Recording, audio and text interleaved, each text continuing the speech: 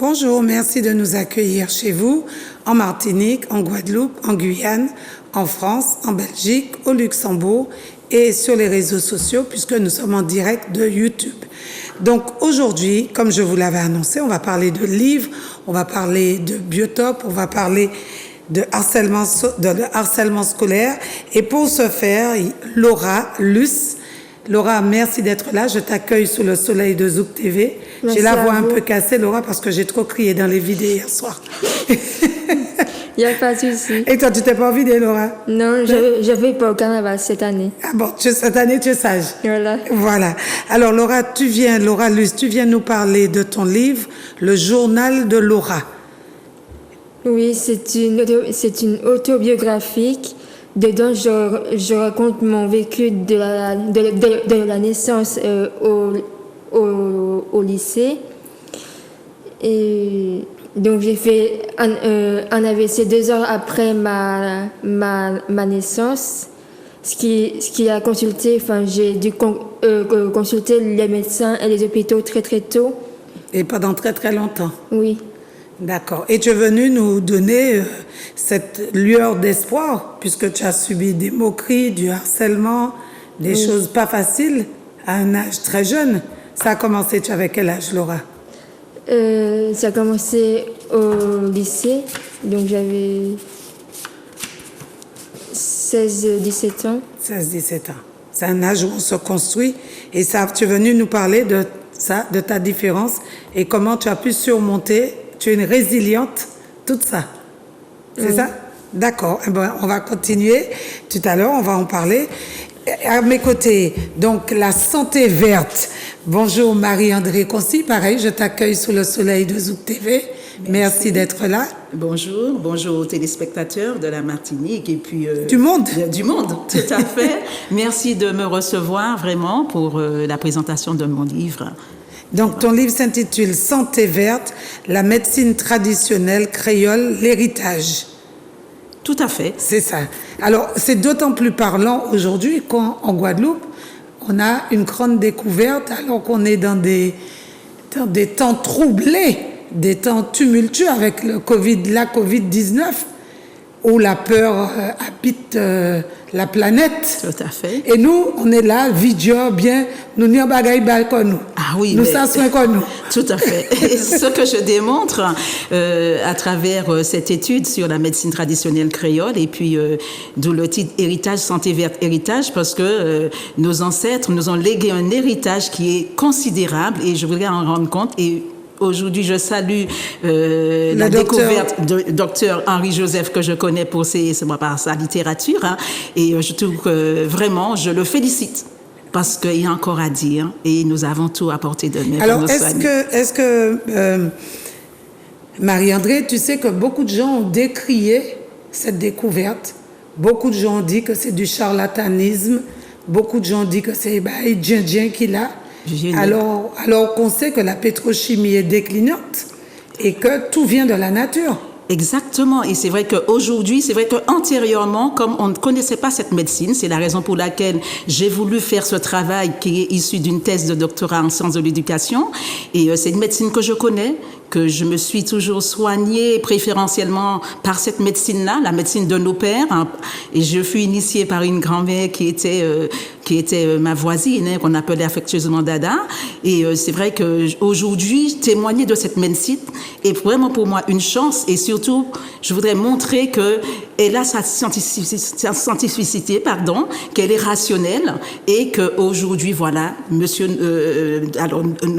Nocin travaille déjà dessus, mais c'est vrai qu'il y a eu des ouvrages pour valoriser cette médecine.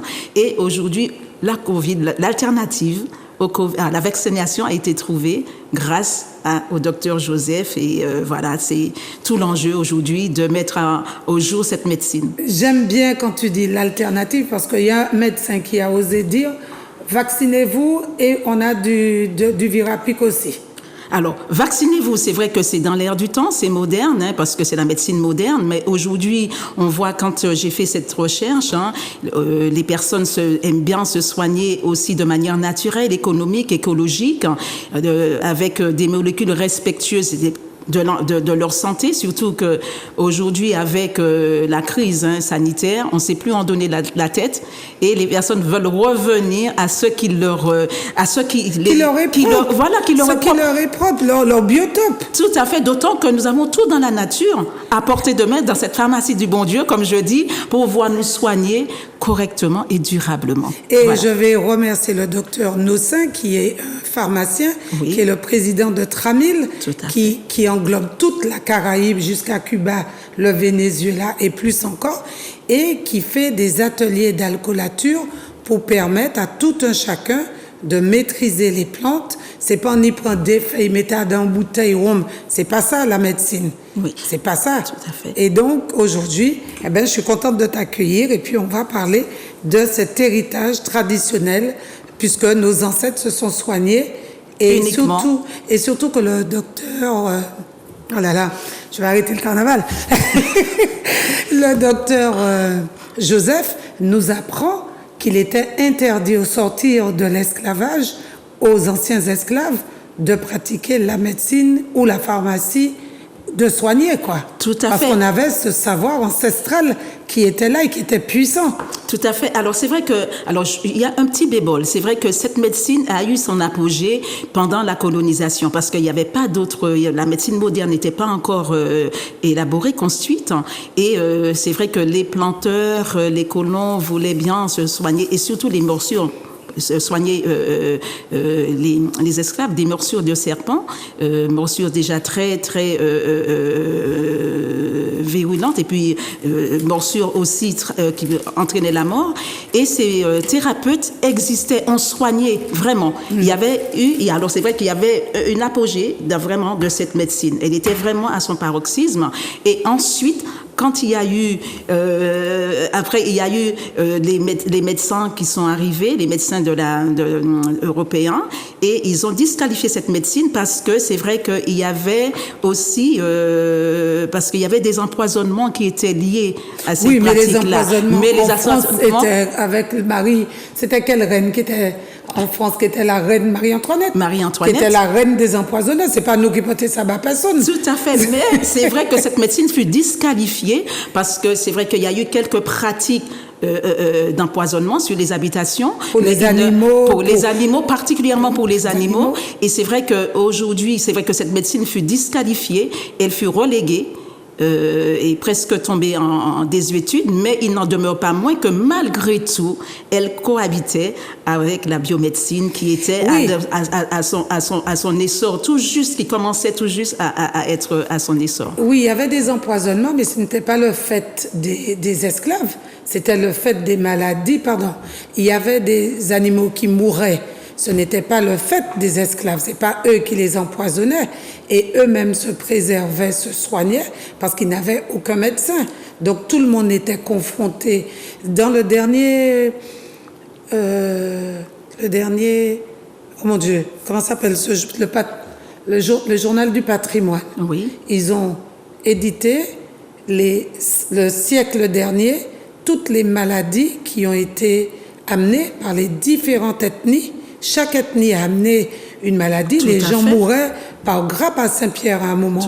On enterrait les gens 2 par 2, tellement il n'y avait plus de place dans les cimetières. Oui. Mais les gens se soignaient comme ils pouvaient. C'était pas le fait de se soigner avec les plantes qui empoisonnaient les gens. Non, mais c'est vrai que l'amalgame a été vite fait. Voilà. Ça, il faut le dire. Hein. Les cahiers du patrimoine. Voilà, l'amalgame a été vite fait et c'est vrai que cette médecine qui était vraiment florissante, il faut le reconnaître, et parce qu'on lui reconnaît toutes les vertus, parce qu'elle a pu soigner toutes les maladies en l'absence d'assistance médicale, autre. Et malheureusement, il y a eu un fait d'empoisonnement pour que tout de suite on puisse généraliser et qu'elle soit vraiment disqualifiée. C'est ce que je disais et ce que j'ai retrouvé à partir de toute cette étude qui a été dense, beaucoup documentée, avec une bonne assise scientifique. Et aujourd'hui, heureusement, elle revient sur les devants de la scène puisque les gens veulent se soigner autrement. On va développer tout à l'heure. On va développer, mais je me souviens, quand tu dis ça, je me souviens que quand j'étais enfant, dès qu'il y avait de la fièvre, on soignait avec du pompon soldat, les toux, les coqueluches. Et quand les médecins ont commencé à dire qu'il faut interdire le pompon soldat. Ma mère a dit, bah, le pompon soldat, mazabazot, ça a tellement ça qu'a tué moun. Et c'est grâce à ça, ils ont l'acheteur. Et il faut dire, comme tu le précises, que c'est une médecine et qu'il faut savoir l'utiliser, la doser. Et on ne fait pas n'importe quoi. Tout à fait. Alors, mais nos ancêtres ne faisaient pas n'importe quoi, parce que c'est vrai que cette médecine découle d'une recherche empirique, oui, avec cette faculté de pouvoir ajuster, réajuster, jusqu'à ce qu'ils puissent avoir des résultats tangibles. Et c'est vrai que cette médecine a été élaborée sur des générations. C'est la première médecine du monde. Vraiment. Et c'est vrai qu'ils dosaient, mais très adroitement, de façon rationnelle. Et aujourd'hui, c'est vrai que nous avons d'autres approches scientifiques qui font que, bon, c'est vrai que ce ne sera pas les mêmes méthodes, ce ne sera pas la même méthodologie, mais il n'en demeure pas moins que cette médecine a soigné et a guéri énormément d'affections et même des affections qu'aujourd'hui les gens ne connaissent pas encore. C'est vrai que des maladies qui sont encore sous-jacentes, et c'est vrai que les thérapeutes que j'ai interviewés, ils étaient nombreux. Nos ancêtres avaient déjà découvert vraiment toute la thérapie et tout le procédé, le process qui permettait de soigner des maladies nouvelles, dites de génération, de civilisation, pardon. D'accord. Voilà. Bien, ça va être passionnant. Donc, on passe de l'un à l'autre. Donc, tu peux interroger Marie-André sur ce qu'elle fait, comme elle pourra te parler de... Alors, quel est ton métier, Marie-André? Alors, vas-y, parce que tu nous as dit que tu as travaillé dans les écoles. Quel est ton métier? Alors, je suis de formation initiale, je suis infirmière, mais j'ai fait tout mon parcours en sciences de l'éducation jusqu'au doctorat en sciences de l'éducation, et aujourd'hui ce livre qui traite de la santé verte. D'accord. Voilà. Et donc, tu as travaillé aussi dans les écoles, tu as été infirmière scolaire. Alors, j'ai tout un parcours professionnel. Alors, c'est vrai que je suis infirmière de formation première, comme je disais. J'ai travaillé dans plusieurs milieux éducatifs, en milieu hospitalier aussi. Après, j'ai exercé en libéral, j'ai créé mon cabinet de soins infirmiers.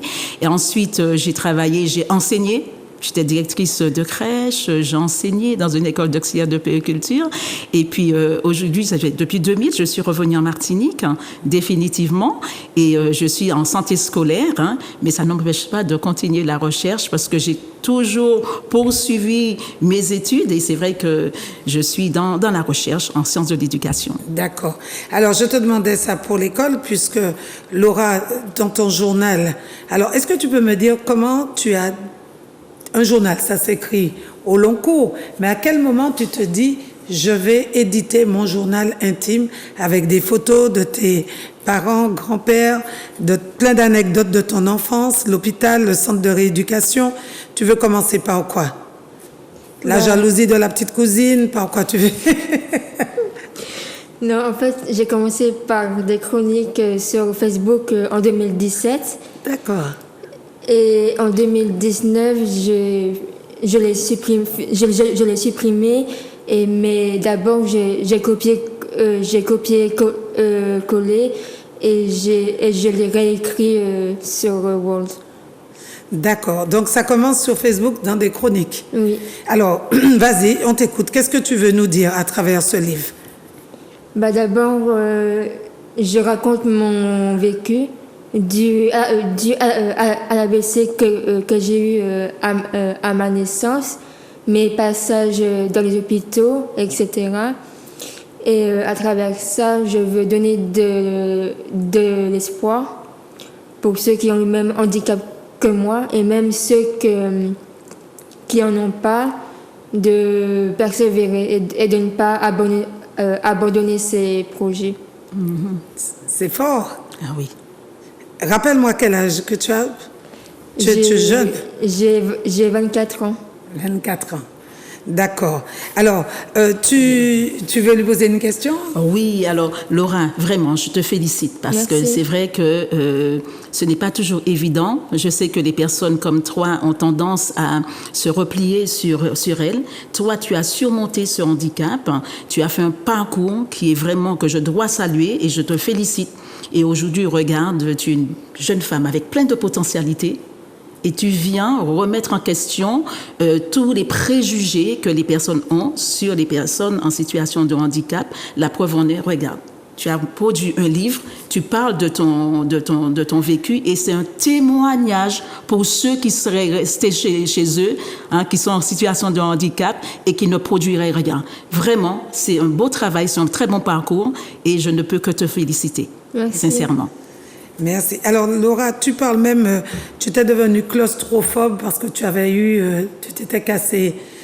Raconte-nous, qu'est-ce qui s'est, tu t'es Oui, retrouvée? c'est parce que j'ai été opérée en 2017.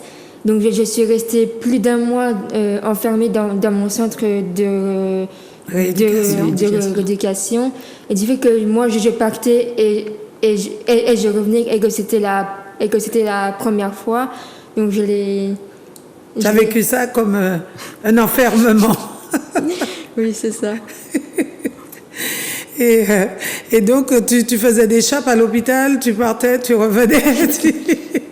Non, j'y restais quelques jours avant qu'on m'opère, mais sinon, je restais pas pendant un long séjour. Et après l'opération, la rééducation a été longue? Oui, je suis restée dans le centre de décembre à fin janvier. Et encore maintenant, je continue mes séances de kiné et tout. Vraiment, écoute, tu es une résiliente et je ne peux que te féliciter et je t'encourage à aller de l'avant parce que tu as encore plein de potentialités, je le sens. Je sens que tu me parlais de tes projets tout à l'heure, hors antenne, et je sais que tu en as de très grands projets et qu'ils ne sauraient, je sais qu'ils vont pouvoir se concrétiser parce que tu es une battante. Merci, c'est gentil. Vraiment. Oui, parce que tu as passé beaucoup de temps dans les hôpitaux. Tu le dis dans ton livre, j'ai passé beaucoup de temps dans les hôpitaux, centres de rééducation. Et alors, à l'école, comment ça s'est passé? Comment tu as fait pour, malgré tout ce temps que tu as passé à l'hôpital et dans les centres, continuer tes études et aller au lycée? Donc, que ce soit à l'école primaire jusqu'au lycée, j'ai alterné entre les cours et mes voyages. Bon, en primaire, ça allait, vu que c'était pas trop important, mais arrivé au collège, on me transmettait les cours par mail, etc. J'ai réussi à avoir un tableau d'honneur en 6e. Bravo! Tout à fait. Bravo! Il y en a qui n'ont pas de tableau d'honneur, alors qu'ils n'ont rien du tout. Et, tu vois? Et ils peuvent tout avoir et ils n'ont pas de tableau d'honneur. Et j'ai toujours été bien entourée dans les classes, surtout celles de primaire, où je ne les oublie pas. Tu n'oublies pas ces personnes qui ont été gentilles avec toi, tu le dis dans ton livre, ni à l'hôpital, ni dans ton parcours. Bon, et puis il y a eu quand même des autres qui étaient moins gentils. Oui. Et comment ça s'est passé? Qu'est-ce qui s'est passé là? Au collège, on m'a fait une mauvaise blague en classe de 5e. Mais sinon, non. Mais c'est arrivé au lycée en classe de première. La sœur d'une fille qui était dans ma classe en 3e a raconté certaines choses qui apparemment, que je sais après, qui étaient fausses. Ils ont préféré la croire que de venir m'en parler pour avoir le vrai du faux. Et ça a duré toute l'année scolaire. Donc toute l'année scolaire, on a colporté des fausses informations sur toi pour entacher ta réputation. Oui, on me faisait des regards noirs, d'aller m'asseoir ailleurs, et j'en passe. Et c'est très méchant quand même. C'est très méchant. Et comment tu as vécu ça intérieurement? Sur le moment, très mal. Bien sûr. Après, à cause de ça, j'ai redoublé ma première. J'étais dans une autre classe. Entre-temps, je suis repartie en France pour mes soins. Et en revenant, j'ai arrêté juste avant le bac parce que le bac que je faisais ne me plaisait pas. D'accord. Et à quel moment tu n'as pas pu te confier à une amie? Tu n'avais pas d'amis au sein de l'école? Si, en dehors de l'école, mais je suis quelqu'un qui n'aime pas parler. Et Qui préfère garder tout pour elle. Alors, écoute, Laura, je vais te poser une question. Est-ce que tu en as parlé à ta famille, à ta maman? Parce que j'ai vu qu'elle est là, elle est très proche de toi, elle t'accompagne partout. Est-ce que tu lui en as parlé? Non. Voilà. Mais qu'est-ce qui fait que justement, regarde, comme dit Marie-André, tu es proche de ta maman, Tout à fait. tu as une amie. Comment tu fais pour vivre un an? Parce qu'un an, c'est pas un jour, Laura. Un an. Un an, c'est pas un mois. Un an, c'est pas une semaine. C'est 12 mois, c'est tous les jours. Qu'est-ce que tu as fait? Comment tu as vécu ça? Et qu'est-ce qui fait que tu ne peux pas en parler? Je ne voulais pas l'embêter avec mes problèmes parce qu'elle avait aussi ses problèmes. Et je me disais aussi que d'en parler, enfin pas aux personnes concernées, que ça ne servait peut-être à rien. Vas-y.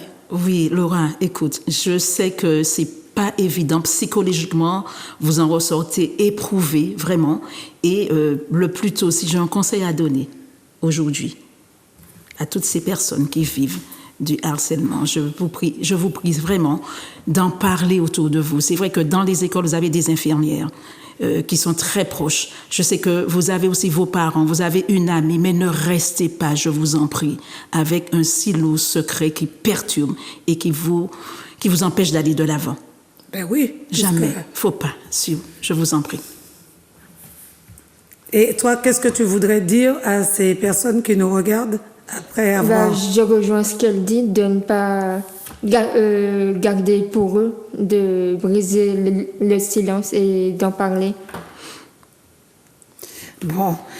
Alors, et les crises d'épilepsie, puisque tu en as fait à l'âge de 14 ans? Oui, et j'en fais toujours. Toujours. Beaucoup moins qu'avant, mais j'en fais encore quelques-unes. Ça, c'était pénalisant aussi pour l'école et tout. Oui, parce que moi, c'est des absences. C'est dû à une forte émotion. Oui. Ah oui? Oui. Mais tu peux réguler. Tu as appris, tu as dû te montrer tu as dû avoir des stratégies pour réguler ces émotions fortes. Oui, d'abord, je prenais de la Dépakine. Entre-temps, j'ai appris que c'était pas bon pour plus tard. Donc, j'ai changé. J'ai pris... maintenant, je prends le Keppra. J'en prends le matin et le soir. Et tu fais pas un peu de sophrologie oui. ou du yoga? Oui, je fais beaucoup de yoga et de la méditation. Voilà, très bien. Et ça t'aide, ça régule? Oui. Alors, tu as écrit une lettre aussi dans ton livre? Oui, c'est dédié à mes camarades de lycée parce qu'on devait faire de la seconde à la terminale ensemble et que c'était le bac pro gestion administration, et dû à ce que les filles m'ont fait, j'ai redoublé et je leur pose la question. Enfin, je leur pose pas mal de questions. Qu'est-ce que tu leur poses comme question? Dis-nous. Pourquoi ils étaient comme ça? Pourquoi elles sont pas venues m'en parler au lieu de la croire? Oui, qu'on a une amie, avant de croire ce que les autres disent, on vient voir cette amie et puis on parle avec elle. C'est ça la leçon que tu leur donnes. Oui. Et que plus tard, elles seront maman. Et qu'il faut prendre soin les uns des autres. Voilà. Tout à fait. Tout à fait. Et est-ce que tu veux rajouter quelque chose d'autre, Laura? Non, à part qu'il ne faut pas baisser les bras quoi qu'il arrive. Et il y a Ludovic qui dit « Laura est une personne adorable qui est déterminée à réaliser ses objectifs et qui, malgré les épreuves, reste courageuse. Merci. Moi, je trouve que... Mais on va t'applaudir. Hein? Merci. Merci pour ton parcours. Merci d'avoir au moins levé le secret, d'avoir témoigné. C'est pas toujours évident. Je trouve que c'est très courageux de ta part. Merci. Et je ne peux que souhaiter que ce livre puisse avoir une large audience et que tu puisses continuer ta route et puis avec autant de détermination. Est-ce que tu voulais parler de quelque chose d'autre que j'ai pas abordé? Tu voulais dire quelque chose? Non, à part que je serai à la FNAC le 27 février pour une dédicace. D'accord. De midi à 14h. Donc, cette caméra-là, tu dis aux gens, Laura, de venir te retrouver.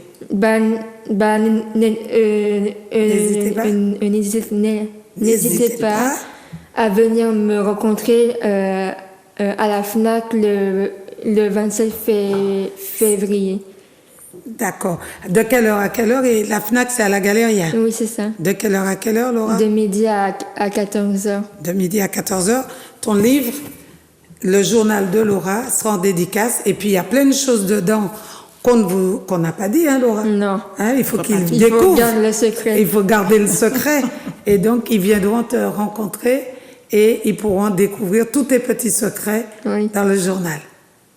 Merci, Laura. Très belle couverture. Oui, une très belle personne. Tout à fait. Est-ce que tu as des frères et sœurs? Non, mais j'ai beaucoup de cousins et cousines. Tu peux leur dire coucou aussi. Coucou. Voilà.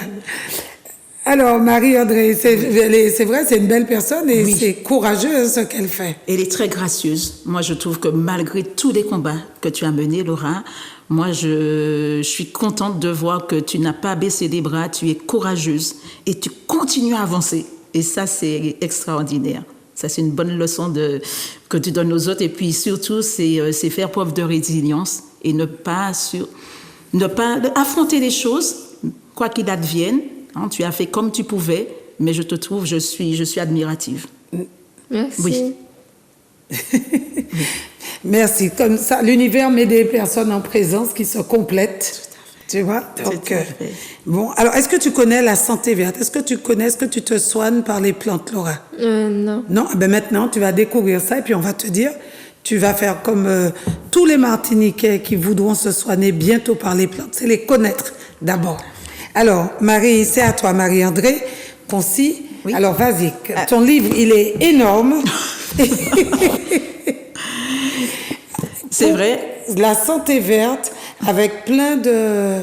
Donc, parle-nous de ce livre. Comment il a été conçu, pourquoi et comment? Alors, ce livre est le résultat, vraiment, je dirais, d'une longue maturation intellectuelle, parce que cette médecine, hein, comme je disais, je la connais par cette grand-mère de substitution Dada, qu'on appelait affectueusement Dada, et à l'époque, c'est vrai que mes sœurs et moi, elles nous soignaient qu'avec cette médecine-là. Et je la connais aussi par expérience personnelle, par tradition aussi familiale, et je voulais en témoigner. Parce que c'est vrai que j'entendais dire que c'est une médecine de vieux nègre, c'est la médecine...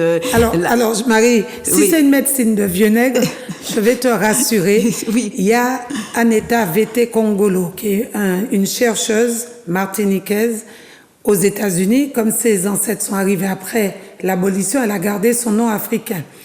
Elle est chercheuse dans le Maine, aux États-Unis. Elle a écrit un ouvrage, Quitte-moi et puis Messe Vienegmouin. D'accord? Voilà, donc, exactement. On peut arrêter à dans Messe Vienegou, c'est ça qui a fait nous et c'est ça qui a porté nous. Exactement. Et c'est ce que je dis. Je viens rendre témoignage de cette médecine pour dire, ah bon, on la qualifie de médecine vieux nègre. Il n'en est rien. puisqu'il y a une trame, il y a une méthodologie. C'est une médecine qui est vraiment, depuis les temps anciens, elle existe. En plus, quand les déportés sont arrivés en Martinique, avec toutes leurs connaissances culturelles, ces personnes ont enrichi, nos ancêtres ont enrichi cette médecine déjà.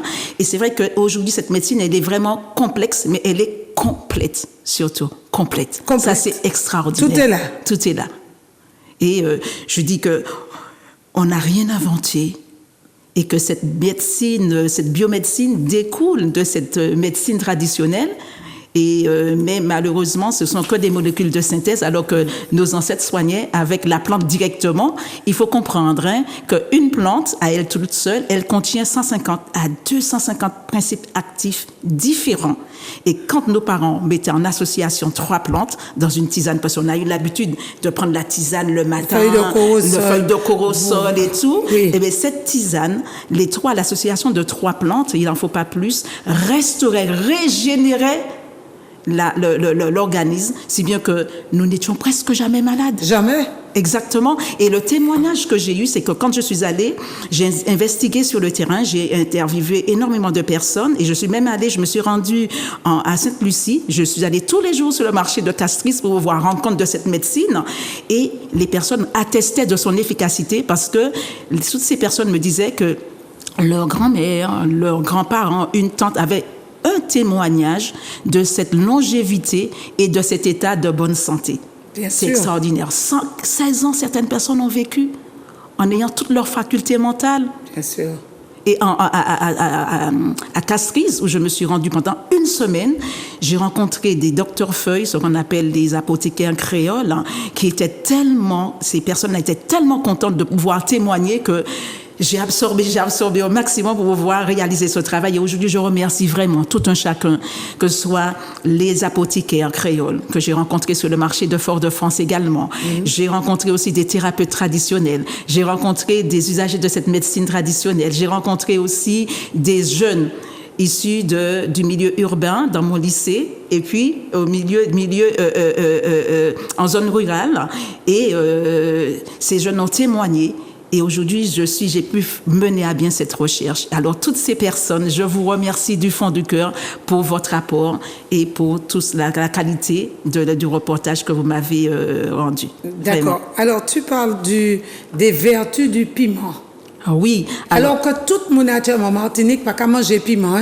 Il y a tout ni problème l'estomac, tout le monde ni problème hémorroïdes. Il y a pas qu'à manger piment.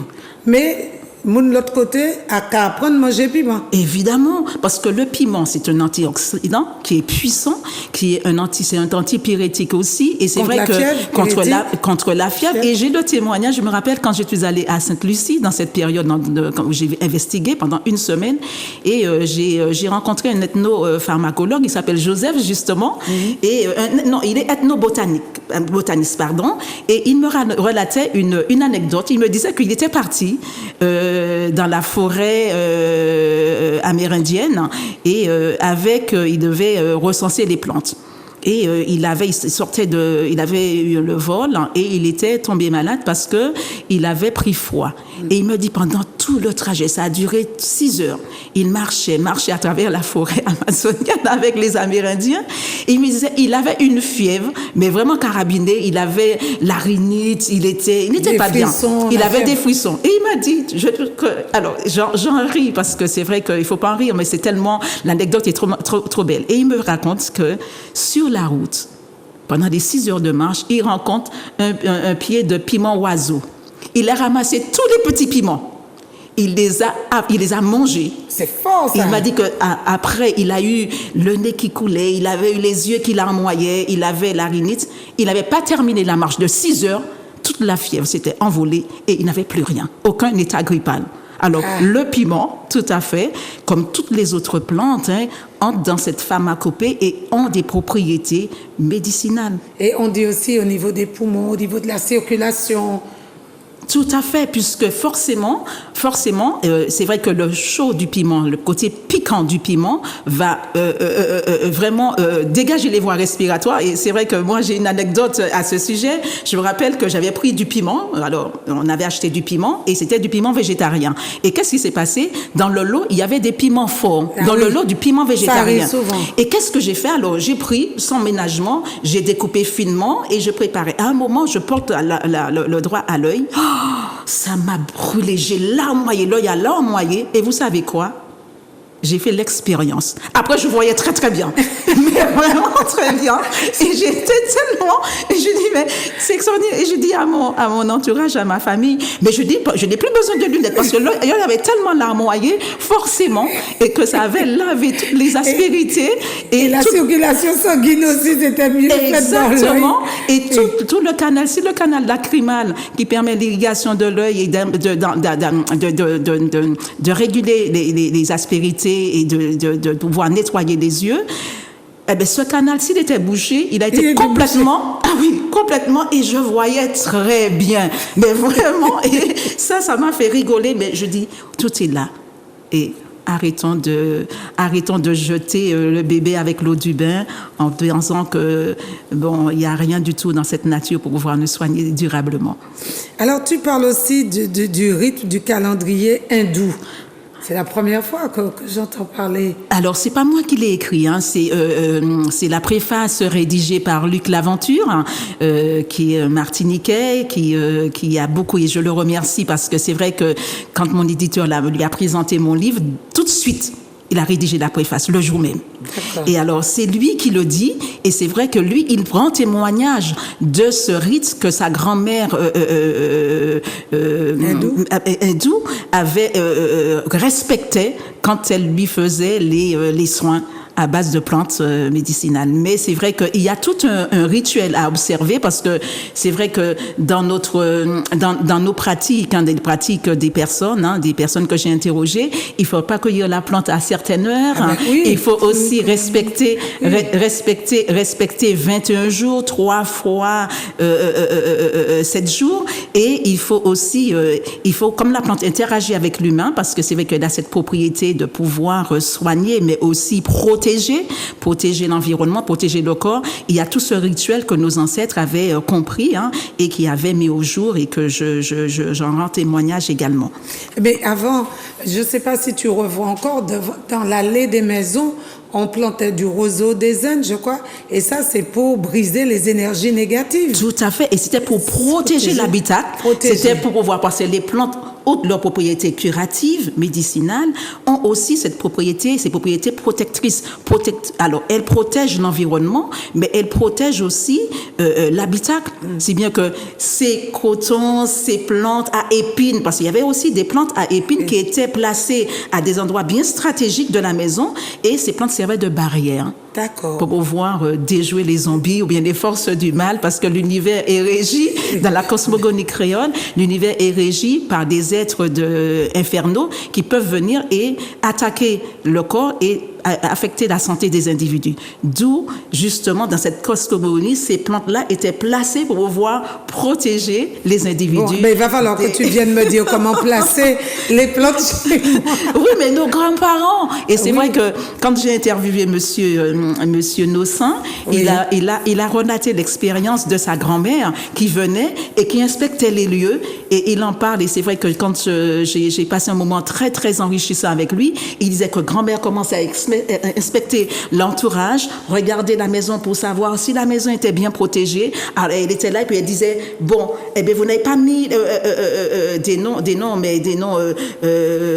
qui proviennent de toute la panoplie, avec toute la panoplie religieuse, hein, biblique. Hein, Tapis Monseigneur. Voilà.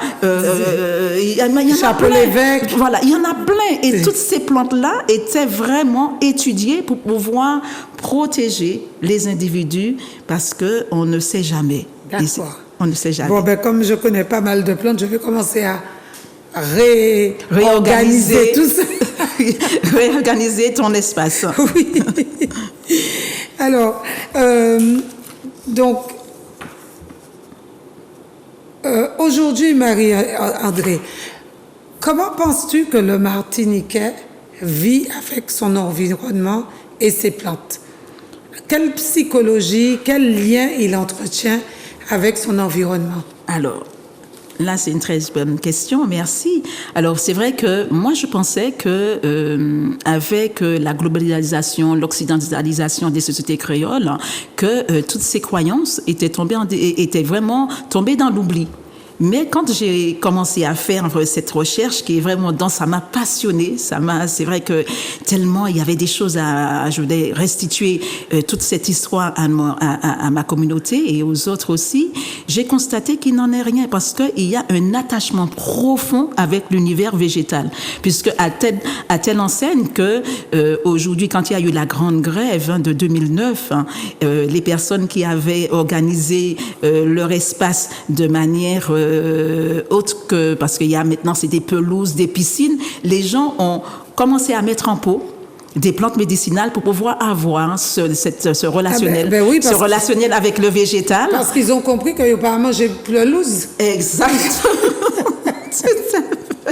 Tout à fait, elle ne mange pas et qu'il faut, parce que c'est la première pharmacie, c'est la pharmacie de l'urgence, la plante. Parce que, par exemple, les personnes me disaient que quand la nuit, elles avaient mal, et que elles n'avaient regardé dans leur pharmacie, il ne leur restait pas de molécules chimiques, et bien la première chose qu'elle pouvait faire, c'est retourner à ses connaissances, et ses connaissances revenaient et ces personnes allaient dans leur univers, dans leur règne végétal pour pouvoir puiser la plante, et toutes ces connaissances reviennent. Alors, c'est vrai qu'il y a eu cette fusion avec ce cosmos, avec cette réalité végétale, et c'est vrai que chacun a gardé en mémoire ces connaissances qui ont été transmises de génération en génération sur les vertus thérapeutiques, et ces personnes reviennent à leur tradition.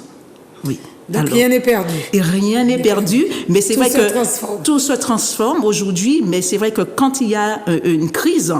ben oui. Tu sais, c'est comme toutes les personnes qui sont hors de la Martinique. Oui. La Martinique, le bonheur est ailleurs.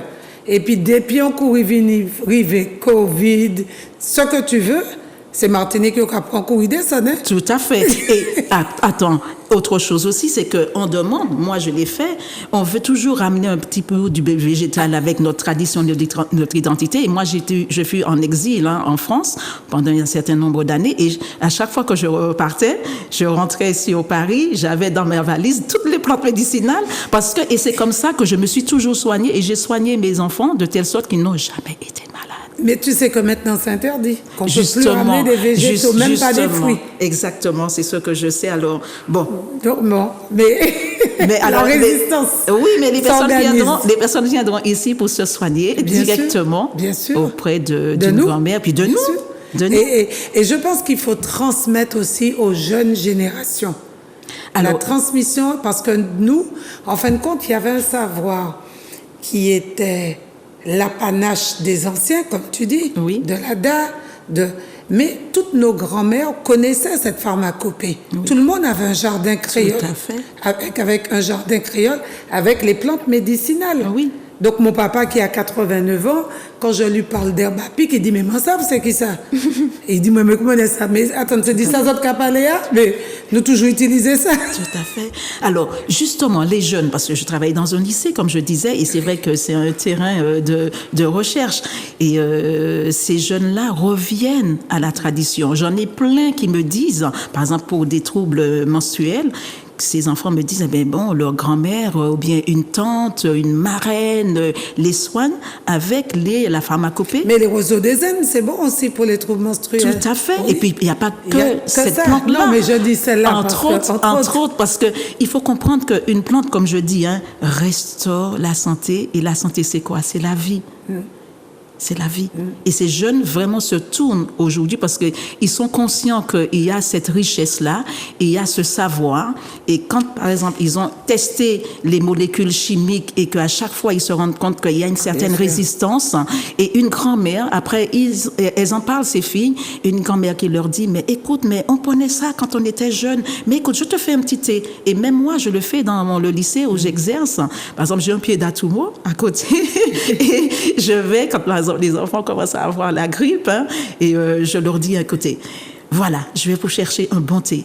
Et quand je prépare ce thé d'Atumo, parce que j'ai un micro-ondes, mon infirmière était un micro-ondes, c'est vrai que l'arôme, l'odeur que ça dégage, déjà on se sent bien. Et quand je dis aux jeunes, allez, assieds-toi là, tranquillement, je vais te le préparer, le petit thé que je filtre et que je lui donne. Et je lui dis, respire un peu. Et tout de suite, on se sent déjà bien, vraiment, on se sent déjà apaisé. Tu sais faire le jus d'Atumo? Oh oui, mais qu'est-ce que je sais pas faire? Parce que nos parents nous ont tellement, cette dame nous m'a tellement, c'est vrai qu'on n'avait que cette ressource, des ressources naturelles. Et cette dada, je l'appelais dada, elle disait toujours, et Dédé, ne jette rien, tout est nécessaire, au café ci, au café ça. Et c'est comme ça qu'elle nous a soignés et elle nous a appris aussi à utiliser la plante avec différents procédés, selon différents procédés, différents process, et nous avons été vraiment soignés. Et je me disais, parce que je ne sais pas ce que tu en penses, mais aujourd'hui, on dirait que les Martiniquais sont devenus apathiques. Ils sont devenus, en l'école, eux-mêmes, ils ont sipoté toute bagaille, je ne sais pas. Et je me dis, quand le Covid a démarré, c'était coronavirus. Tout le monde qui apprend peur coronavirus. Je me suis dit, si ma grand-mère était là, il était dit, commencez pas à prendre un bain, prenez une des feuilles, allez à la rivière, frottez corps, dégagez corps. Et pourquoi revenir coronavirus qui apprend la vol? Mais alors... Et psychologiquement, tu es déjà dans un autre univers. Exactement. Tu n'es pas dans un univers à boire une télé meurtrière qui t'invente des mots, qui t'invente des maladies. Tout à fait, parce que la plante, quand tu as ce rapport avec la plante, c'est un rapport avec le divin pour certains. Et c'est vrai que on se sent déjà relié avec quelque chose, avec une entité surnaturelle. Vivante. On se sent déjà vivant, on se sent déjà vivant. Et le fait d'y croire déjà, eh bien, on est déjà restauré, on n'a pas besoin d'autre chose. Et puis on attend. Et c'est vrai que toutes les fois que toutes ces personnes ont témoigné, mais j'ai eu des témoignages en abondance.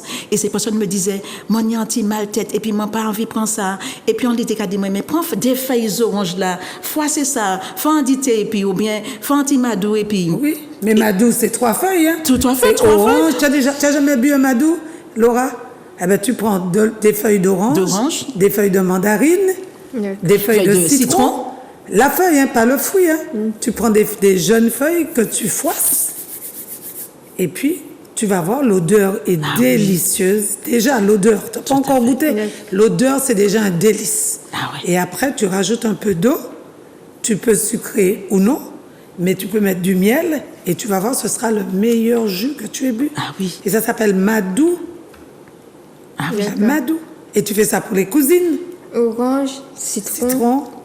Et mandarine. D'accord. Et les feuilles contiennent tellement de vertus, ont tellement de vertus. Et c'est la raison pour laquelle je dis aux gens, vraiment, on a tout ce qu'il faut. Revenons à ce qui nous est propre et soignons-nous avec notre culture, nos cultures de référence, avec aussi ce que la nature a mis généreusement à notre disposition, parce que c'est un or vert qui est tellement, c'est vrai que il y a tellement toutes les plantes. En plus, on a une biodiversité qui est considérable en Martinique. Incroyable. Tout pousse. Tu mets une bouture là, eh ben ça a déjà poussé. Et en peu de temps, tu peux utiliser la plante pour te soigner. Et c'est la raison pour laquelle je dis vraiment, ne négligeons pas ce que nos ancêtres ont découvert et ont laissé comme héritage, comme patrimoine, et qui fait notre richesse, qui fait la richesse de ces îles, hein, mais aussi de tout l'archipel, toute l'aire caribéenne. Ah oui, voilà. Parce que chez nous, tu connais l'Atumo? Oui. Alors tu vois, l'Atumo, nous on utilise les feuilles et les fleurs. Et avant, je ne savais pas que les feuilles, quand tu faisais un thé, les feuilles ont les mêmes vertus que la fleur. Oui. Et en plus, les feuilles, quand tu fais le thé, ça devient rose comme la fleur. Oui. Et je ne savais pas, j'ai découvert ça pendant le Covid. Eh bien, les feuilles d'Atumo ont les mêmes. Et par exemple, je ne sais plus si c'est en Dominique ou ils utilisent les racines. Oui. Alors que nous, on n'a jamais utilisé les racines. Attends, quand je te dis, les racines sont utilisées. Alors, c'est vrai que l'Atumo s'appelle dégonflé. Et les racines sont utilisées dans maigrir. Oui. c'est ça, c'est Oui, pour tout ça à que j'ai fait. appris ça. Exactement. Et alors, j'en ai plein à la maison. Tout le temps, les gens viennent et me recommandent, même pour partir, les gens qui vivent en France, ailleurs, n'importe où. ailleurs, me recommandent et je vais, ou bien j'envoie mon conjoint, il va extraire les rhizomes et ces personnes sont vraiment contentes et on se soigne naturellement et on voit les effets. Et en plus, ces rhizomes-là, si tu les mets dans un pot à fleurs, ça pousse. Tout à Donc, fait. tu as la plante chez toi, où que tu sois. Oui, et puis ça fait une belle plante ornementale Oui, aussi, parce que comme vous avez vu la fleur, avec les clochettes, et ça sent bon. Alors moi, j'utilise aussi alors je fais des alicaments, ou bien des boissons.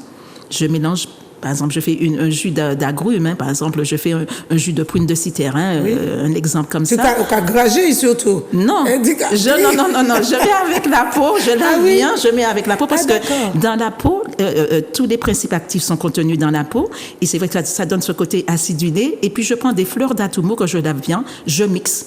D'accord. Et après, je fais une boisson qui est très odorante, mais une boisson qui est un alicament. Et c'est un énergisant puissant. Atumo et prune de citerne. Et puis prune de citerne Surtout mûre. que c'est la saison. Voilà, prune de citerne mûre. Ce matin, une dame me disait qu'elle mangeait une pomme. Je me dis, attends, en pomme, au Martinique, ou qu'elle mangeait en pomme, un produit qui n'est tellement pesticides. Tout à fait. En pomme. Alors que nous n'y prenons de cité, nous n'y prenons cité et nous n'y atumo. Et puis on a atumo, on a toutes les plantes, mais on a aussi les légumes, les fruits qui ont une saisonnalité, quoique aujourd'hui il n'y en a plus, mais on peut se soigner, être en bonne santé en faisant attention à ce que nous mettons dans l'assiette. Et je le dis aussi, nos ancêtres le savaient, quand ils faisaient cuire les légumes pays, il y avait toujours des épinards. Alors aujourd'hui, on nous demande de manger des fibres, de manger des légumes verts. Ils le savaient. Bien sûr, ils ne mangeaient jamais des concombres, des tinets sans concombres. Exactement, on ne mangeait jamais de fruits à pain sans gombo, sans des épinards pays. Voilà, et on avait cette santé-là dans l'assiette. Et puis on mangeait tous les fruits qui sont remplis d'antioxydants. Vous ne pouvez pas vous imaginer, les antioxydants permettent de lutter contre les radicaux libres qui sont à l'origine des cancers. Et puis Voilà. du vieillissement. Et puis du vieillissement. Tout Si à nous fait. sommes jeunes comme ça, Tout à fait. c'est dû à notre alimentation. Ah oui, ah oui, ah oui, ah oui. Alors, En effet. Marie-André Concy, qu'est-ce qu'on va trouver? Qu'est-ce que le lecteur va trouver dans ton livre? Et quand est-ce que tu en dédicaces?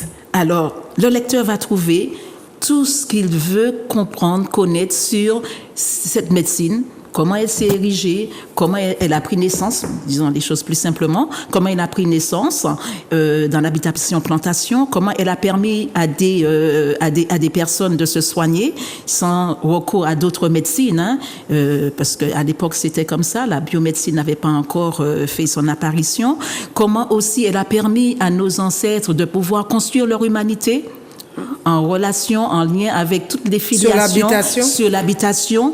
Et c'est vrai que c'est une humanité qui permet de pouvoir être en lien avec les autres, mais sans pour cela rejeter l'autre, parce que l'autre, c'est nous-mêmes. En même temps, cette médecine, je décris toutes les propriétés, je décris aussi toutes les maladies qu'elle a permis de soigner. Alors c'est vrai que je fais un listing de toutes ces maladies, articulées avec la recherche scientifique, parce que qui est vraiment abondante, cette recherche avec une bonne assise scientifique. Et ensuite, je dis que voilà ce que vous avez. Et cette médecine qui est vraiment arrivée aujourd'hui, elle n'est plus décriée, mais aujourd'hui, on va vers la médecine intégrative. D'accord. Qui fait la complémentarité. C'est quoi la médecine intégrative? C'est la médecine globale. C'est une médecine qui est plus respectueuse de l'individu, qui est une médecine qui permet aussi de soigner l'individu en référence avec avec son identité, ses références culturelles. Une médecine aussi qui ne fait pas la part non plus belle à la médecine moderne, mais qui inclut les deux. D'accord. Parce qu'aujourd'hui, c'est vrai que la médecine moderne ne soigne que le biologique, considère l'individu comme un être biologique, alors que la médecine intégrative permet de soigner toutes les composantes, parce que l'individu, c'est un être biopsychologique. Alors, il y a toute la partie psychologique, la dimension spirituelle et puis la dimension sociale. Alors, voilà. où est ton livre? Quand est-ce que tu seras en dédicace? Alors c'est vrai qu'il y a plusieurs dates qui sont programmées. Alors le 10 mars, je serai à Présence, à la librairie Présence Créole. À la rue Saint-Louis. À la rue Saint-Louis, tout à fait, de 14h30. Et de la cathédrale. Exactement, merci. De 14h30 jusqu'à 17h. Ensuite, il y a une présentation de ma commune de naissance, le Robert. Ce sera le 12 mars, de 19h à 22h. Et là, prochainement, très dans l'immédiat, il y a c'est vrai que dans le cadre de la journée dédiée à l'Afrique, et je serai présente. C'est quelle date? Ce sera le 21 février. 21 février, d'accord. Alors, venez nombreux. Venez nombreux. Et puis, on rappelle que tu seras présente, Laura? Oui, à la FNAC le 27 février. 27 février. Bien, merci de nous avoir accueillis chez vous. Je vous rappelle que cette émission, elle sera rediffusée vendredi 9h, 10h. Et puis moi, je vous dis rendez-vous à vendredi après-midi. Merci à Manuela qui m'a aidé à réaliser cette émission. Merci Laura. Merci Marie-André. Merci à toi. Et puis, à très bientôt, on se reverra. Il y a encore des choses à dire. Ah oui, parce que je ne vous ai donné qu'une petite. Voilà. D'accord. On se reverra. Merci. Au revoir. Au revoir.